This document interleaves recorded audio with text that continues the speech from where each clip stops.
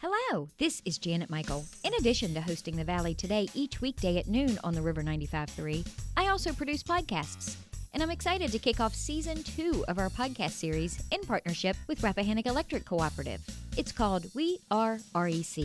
Every week we'll release a new episode talking to different people from REC about a host of different topics. We'll get tips for saving money on your electric bill. We'll talk about renewable energy and the impact it can have in our communities. We'll get some behind-the-scenes info about what happens when the power goes out in a storm. Don't miss out on information about community grants, scholarships, REC-hosted events, and more. Get every single episode on our website at theriver953.com under the podcast tab, or you can subscribe for free in Apple Podcasts, Google Podcasts, or on Spotify. Just do a quick search for We Are REC.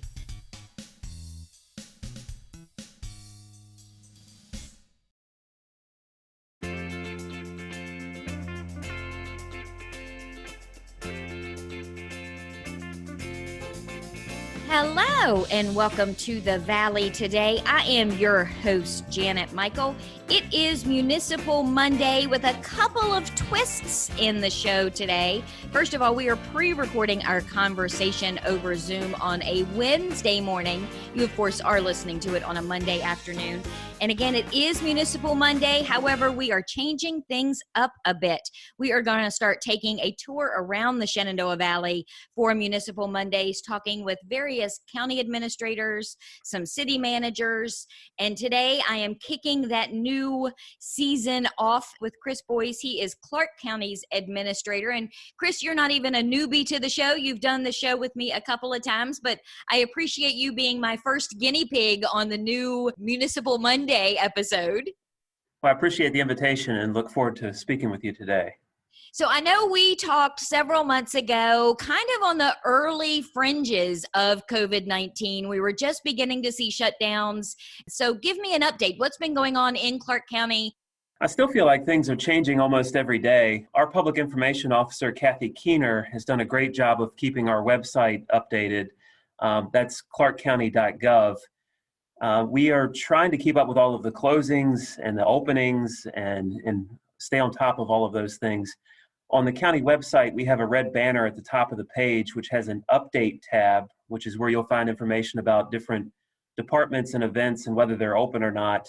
But then we've also created a resources tab, and it's geared towards both individuals and businesses. As you know, there's a lot of assistance out there that's available. So we tried to create a one-stop shop for those folks to have that information on the website. Clarke, as you know, has been pretty lucky in our case numbers. As of August 11th, we have 71 confirmed cases, 7 hospitalizations, and no deaths to date, which is a great thing. Those are cumulative numbers, as I think you know, from the health department. So that's the number of cases from the onset of the pandemic. So less than half of 1% of our population has tested positive since this all began. And I think we probably have about a dozen active cases today. So it's people in Clarke County have always done a great job of being self-serving. They're able to take care of themselves. They wore masks. They've done social distancing. Our economy's rebounded and opened back up without a big increase in cases. And you guys never even actually closed down your government center. You kept it open pretty much through the entire pandemic. Even now it's open. Yes, we did. We share a building with the town of Berryville, and we never did shut down during the pandemic. We're unique in that we have a drive-through window, so we're able to serve a lot of our citizens through a drive-through window. But then we had also set up in our lobby different areas where people could still submit their building permit applications, their zoning permits, and do their normal business. And those offices were actually pretty busy. I think people were home wanting to renovate their houses and do different things, so they stayed busy throughout, and we continue to do those inspections in person throughout the pandemic. I haven't gotten a single complaint during the entire event about a citizen not being able to get the services they needed, which is pretty amazing. And the offices, a lot of the windows were closed down because they were open air counters. We didn't have glass, but that glass has now been installed, and most of those windows are now installed and open for the citizens. Well, and it's interesting too, because I've talked to so many different businesses and people who have had to change the way they do business because Right. of COVID. And some of those changes are going to remain even after we get back to some semblance of whatever normal is going to look like. And I would guess doing those glass enclosures is going to be helpful to you moving forward as well. Yeah, it's certainly a security improvement, especially for the treasurer's office. It's collecting money. People can't jump over the counter now. So I think some of those improvements are good. Clarke County is very, very one-on-one, personable. I think the thought in the previous, in the past was that that was not what we wanted to come across as, but it probably is a good move for us going forward. Another exciting part that's in the building is the Hanley Regional Library System, and they have a branch in Clarke County, obviously, that's in the government center, and they've reopened, and it's just been energizing to me to see the kids and the adults with their books every day and coming in and returning books and going out with new ones. And that's just, we're getting a little bit back to normal, which is nice. They have their mask on, but they have their books in hand and they're getting to use the library, which is exciting. Several weeks ago, I had a conversation with John Huddy, who's the director of the Hanley Regional Library System, and he was talking about their reopening and all of the different things that they had to put in place. And he was talking about the fact that Clarke County was open, and they had a lot of people that wanted in Clarke County to have access to their library again. Right. Yeah, and they provide such a great service to the community. It's a small library, but they get a lot of patrons, and we just noticed the traffic in our parking lot, and it's a great thing for the community to have. So when we did the show together, I think the last time, joining us on the show that day was Brian Lichty. He is your Fire and EMS director, and he was kind of laying out what their plans were going to look like. Are you guys still in a state of emergency? What's going on with emergency management? Yeah, so we're still very active, and Brian's done a great job of managing all of that for the county. We're still in a local state of emergency, and I think we kind of forget that because we've gone on with our normal business, but we are in a local state of emergency. That allows us to qualify for different grants, and also to shorten some of the procurement times for items that we need to purchase related to the pandemic. But Brian's done a great job of ensuring, as you probably have heard, Virginia did the first workplace safety measure regulations in the country, and we had to kind of pivot and make sure that we had all of our procedures in place for that. Most of those things we were doing anyway, but we needed to formalize those things and get them into written procedures. He's also had to work very hard to make sure that our volunteer and career fire and EMS providers have had the proper equipment and training when they're helping people in need. And they've had to go into places where there was a known COVID case and had to help those folks and get them to the hospital. So he's done a great job of coordinating those things and keeping those folks safe, along with coordinating with all of the state agencies that we have to do on a regular basis during an emergency. And we should take some time to thank our first responders. From the very beginning, they've been on the job, helping people. Telework, social distancing is not really an option for those folks. The fire and rescue volunteers, the career staff, the sheriff's deputies. We should be thankful for all of those individuals and the work they've done under the leadership of Director Lichty. We have a great sheriff over here, Sheriff Roper, and then the chiefs of the fire companies. And we forget those folks are volunteers. They don't get paid to do that service, and they're putting themselves at risk. And we've put proper mitigation measures in place, but they're volunteers out there helping their community.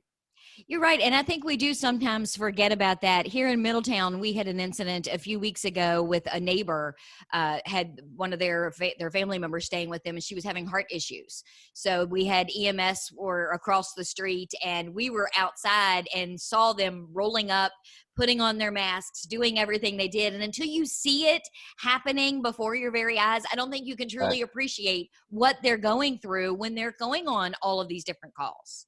Yeah, and I had a conversation with some volunteers last night, and when they show up to help someone, people just assume that they're county paid staff, and they don't always think that they're volunteers. And we're very thankful to have a very strong volunteer system still in the county, and we thank those folks.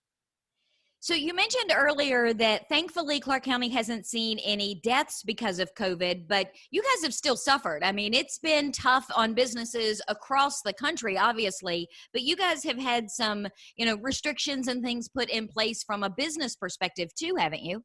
Yeah, so as you know, the governor's regulations shut down some businesses completely and then limited what others could do. And we were lucky that our new director of economic development and tourism, Felicia Hart, who joined us on our last call, was hired during the first couple weeks of the pandemic. She was an interim at that point and has more recently been promoted as the permanent director. But she worked very hard with the businesses to help get access and information on the various assistance programs.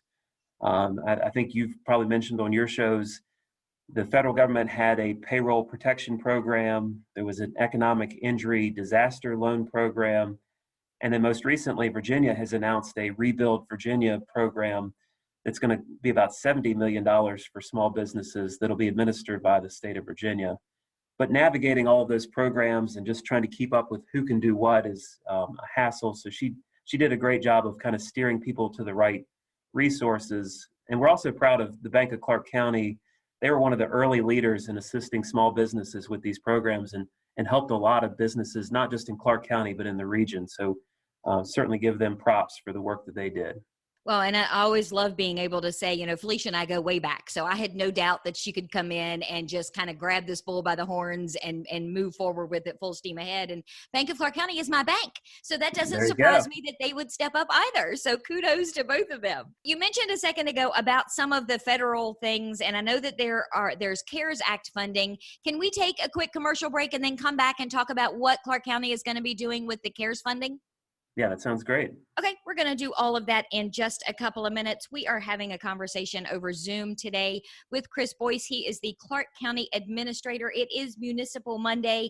As you are listening to the show, we, however, have pre-recorded this conversation on a Wednesday afternoon. I'm Janet Michael. This is The Valley Today. We'll be back in just a couple of minutes.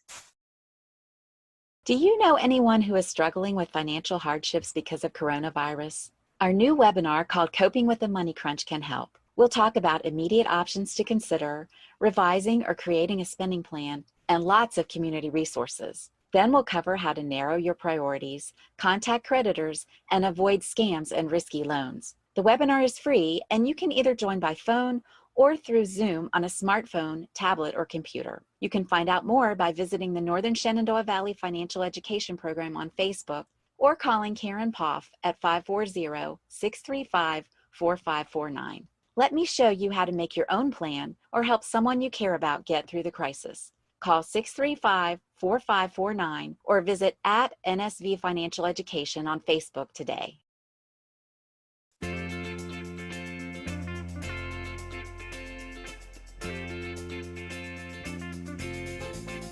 Welcome back to The Valley Today. I am your host, Janet Michael. It is Municipal Monday. As you are listening to the show today, we, however, have pre-recorded it over Zoom on a Wednesday afternoon. We are having a conversation with Chris Boies. He is the Clarke County Administrator for today's episode of Municipal Monday. And in the first segment, we talked a lot, Chris, about what you guys have done pre-COVID, during COVID, and now whatever this is that we're in the middle of COVID-wise. And we were talking about all of the different funding things. You mentioned right before we went to break about the Forward Virginia plan with the money that may be coming from the state of Virginia. But the federal government has also released funds to localities. And I know a lot of localities across the Shenandoah Valley are giving that money back out to assist small businesses. So what kind of plans does Clarke County have for distributing that CARES funding? Yeah, so our Board of Supervisors will vote on a program on Tuesday, August 18th. And we expect that they'll probably approve that based on the review that it had at the committee level. Our Small Business Assistance Program is for businesses with 100 or fewer employees. And our hope is to provide funding for some of the businesses that may have slipped through the cracks of these other programs. Sole proprietors, for example, are eligible for our program, but may not have been for some of the others, depending on how they were organized. And so we've tried to listen to the businesses and find out where those gaps were. If our board approves the program, applications will be made available on the county website, clarkecounty.gov, as we spoke earlier about, and will be due on September 11th. We're trying to get a quick turnaround so we can get that money out as quick as possible. Businesses located within Clarke would be eligible for up to $10,000 based on their needs and the impact that COVID has had on their business. So keep an eye on our social media pages and the county website for more information after the 18th. We'll get the word out in a number of different ways, but looking forward to trying to help some of our small businesses in Clarke. We think that a lot of them took advantage of the federal programs, which is great. If they need more help, we're going to try to help them. Or if they weren't eligible for those earlier programs, we hope that this can help provide them that assistance. And I'll make a note here to maybe reach out to Felicia and see if once that's been approved, we can't get her back on at least for a short segment talking about how that's going to look so that people are more aware that that's what you guys are doing over there in Clarke. Yeah, that'd be great. We'd really appreciate that. So the other thing that I wanted to ask you about, and I spoke with several of the staff from Clarke County Parks and Rec several weeks ago talking about their programs. They had a big event that was going on at the Clarke County Fairgrounds. It was going to look a little different than it had in years past. How are they holding up over at Parks and Rec? Yeah, so they were probably the most disappointed group of all the employee groups we have when things really hit hard and we had to shut down in March and April and May. They love what they do. They love to offer classes and programs and events, and they're so engaged with their patrons. So they're pretty bummed. They actually painted the inside of the recreation center and found ways to be productive, but it wasn't the type of work that they enjoy because they're people and they like to be out doing things. I am happy to say that our pool at Chet Hobart Park reopened about a month ago. And we're only taking 50 people at a time, but it has worked really well. And people have been great about abiding by social distancing, because you think about social distancing in a pool is kind of an awkward thing to do. But people have done a great job. Our staff, we clean the rails on the handles as you get out of the pool and different things throughout the day. And I've taken my kids a couple times, and you can easily keep 10 feet of spacing with 50 or fewer people in the facility. So it's worked really well. They've also tried to open up the pool for lap swimming sessions before and after the normal hours. So they know that people want to get out, they want to exercise, they want to do things. So they've done a great job of trying to get those things open, but keep things safe. Our playground, walking trail, and our shelters are also open in the park. We ask that people abide by social distancing, and so far we're seeing that, and people have done a great job. They've had to get creative with their fitness and yoga classes, and they're meeting outside and doing different things to try to meet all of the requirements of the regulations in place. The rec center is open, but at a reduced capacity because we have to allow for the social distancing, obviously. And then there's some new programs they're going to try, like laser tag and forest therapy, which I don't know the details of. It sounds interesting. I think a lot of people are stressed, and I think being in nature and doing therapy sounds like a great thing during this time of high tension. So we're kind of excited about that and hope that it's a successful program. We also have our summer concert season, which was sponsored by the Bank of Clarke County and Berryville Family Chiropractic. We appreciate those sponsors. That's going to be held at Rose Hill Park in Berryville. We ask that folks get there early. They set up on the lawn. They do their social distancing so that we can make sure that we're following all the protocols set by the governor's office and the CDC.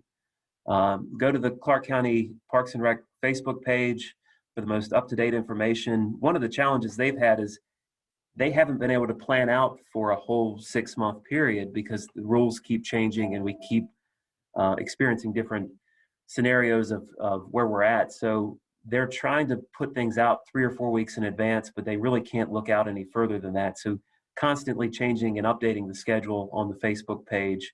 I give them a lot of credit. Lisa Cook, the director there, has been there for many years, and they're just so excited to find ways to get people back out and being involved in the programs and exercising. And I think during this health pandemic, it's important that we not forget the other parts of being healthy and being out and being active. So really appreciate the work they've done. Yeah, we're hearing a lot about the quarantine 15, and I'm sad to say that mine's probably the quarantine 25 at this point. Yeah, it's tough.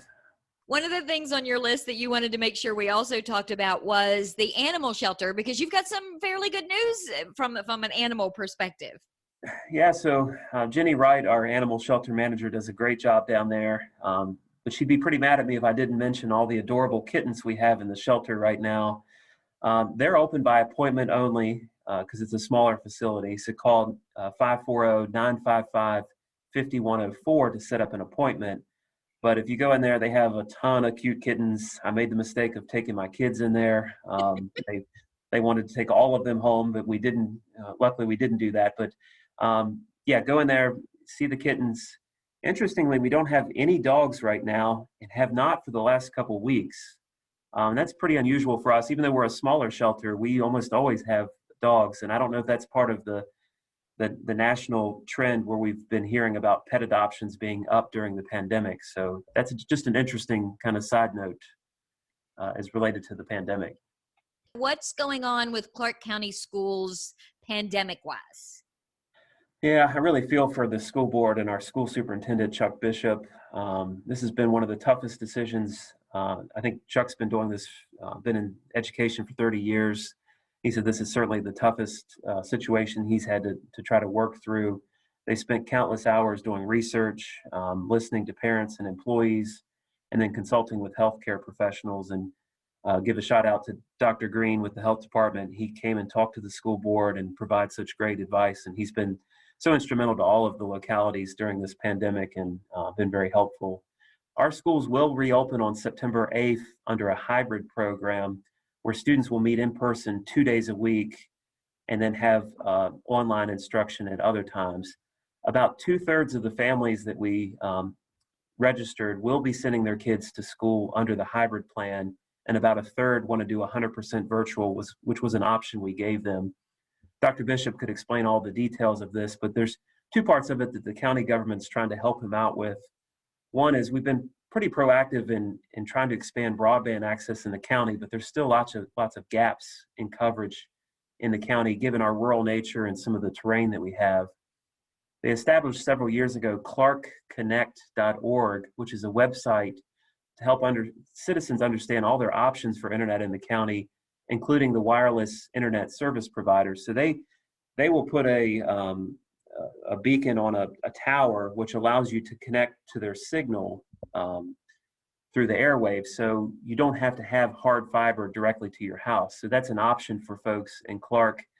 The problem is that those signals don't go through trees and some of the terrain. So we know there's folks that need help in this area, especially if the kids are going to be doing online instruction. So we've been trying to find ways to use our CARES funding for that purpose, but the rules are a little tricky about that because you're not supposed to use those funds for permanent infrastructure. So we've got a broadband committee that continues to work on that issue and to try to help those parents with the school kids and to help the folks that are teleworking from home. We have a lot of folks that work in Northern Virginia in this area, and a lot of them have been teleworking, and it's hard to do when you don't have high-speed internet. The second item is a possible child care program through our Parks and Rec department. They would typically do an after-school program, but they're looking at a during-the-day program for students grades K through 5 for days when they're not in school. So if they're going to be in school for 2 days a week, that means they're not in school 3 days a week. And those parents, a lot of them are going to have difficulty finding childcare. There's certainly not enough private providers in our county to accommodate all of those kids. So we're lucky that we have an empty elementary school in Clarke that we can use for this program. We've been running a summer kids program in that building this summer and had great success. And once again, Lisa and her staff have been very creative and find ways for kids to be interactive with each other, but maintain social distancing. So a lot of props to them again. So I'm hoping in the next week we can make an announcement of what that program will look like. The school board had a meeting this past Monday night, so we're waiting on it to see if there were any changes in the plans, and they are sticking with the hybrid, so we're going to finalize the child care program. I was happy to see you guys were one of the first school districts to come out with your open date of September 8th, which was a little bit later than some of the other schools across the Shenandoah Valley. But I know that recently Frederick County Public Schools has changed their open date from August 31st also to September 8th. So it's always nice when across the board, at least the school systems are trying to open on the same day. Yeah, and you can imagine the stress that they're going through where you're taking all of the content that you would teach in class and moving it online. And, for high schoolers, a lot of them will pivot and do pretty well with that. But, for the elementary school kids and the middle school kids, that's a tough transition. And as a parent, I understand that's a tough thing to do. So. I was having the conversation couple of months ago with Dr. Van Huculum from Winchester City Schools. And my concern too was on the teachers, because if you're a child, if as a teacher, you have in-person learning 2 days a week, but you have a third, as you mentioned, of your students that are doing 100% virtual, how is that teacher going to be in two places at one time and teach the kids that are in front of her as well as the kids on the computer screen? So I do not envy the logistics that these school personnel have had to figure out and work through. Yeah, it's certainly been a very stressful time, and we feel for them too, and trying to provide them the support we can, because we know it's and it's nothing that any of them did to create this, so it's just been a tough situation. So, Chris, before we wrap up, can you give me a quick rundown where people can go to get more information about a lot of the things that we've talked about today? Yeah, so as I mentioned, the Clarke County webpage, www.clarkecounty.gov, is kind of a go-to source. When you log in, there's a red tab at the top that says COVID-19 updates and resources. Like I said, we're updating that almost daily with the changing information. So it's a one-stop shop where you can find information about what's going on in Clarke County and how COVID has impacted our operations. Parks and Rec, I think the animal shelter, a lot of the other places, the other departments also have Facebook pages. So doing a quick search for them on Facebook will give them some up-to-date information as well, I would guess. Yeah, they've done a great job of posting things as they happen and doing constant updates on those pages. Yes. Well, Chris, thank you. I appreciate you taking some time out of your Wednesday morning to have a conversation for me on a Monday. Yeah, no, I really enjoyed the conversation. Appreciate the work you do to help us get the word out to our citizens and what's going on in our counties. Absolutely. I like just being in the know. So it's not even so much a job. I just like knowing all of the things. You're doing a great job. We are going to wrap up today's conversation with Chris Boies. He is the Clarke County Administrator. This has been part of our ongoing Municipal Monday series. We have pre-recorded it, however, on a Wednesday afternoon. Before we wrap up the show today, though, I do want to give a quick shout out / congratulations to our former Warren County Administrator, Doug Stanley. I understand recently he was appointed as the city manager of Lynchburg. And I think I mentioned during Doug's last show last month that Warren County's loss was going to be somebody's gain, and kudos to Lynchburg. You have nothing but an upward trajectory in front of you now. So congratulations, Doug. I'm glad to see that you landed well, and I wish you nothing but the best. I'll be back tomorrow, Tourism Tuesday as usual, a few minutes after noon. Meet me back here then.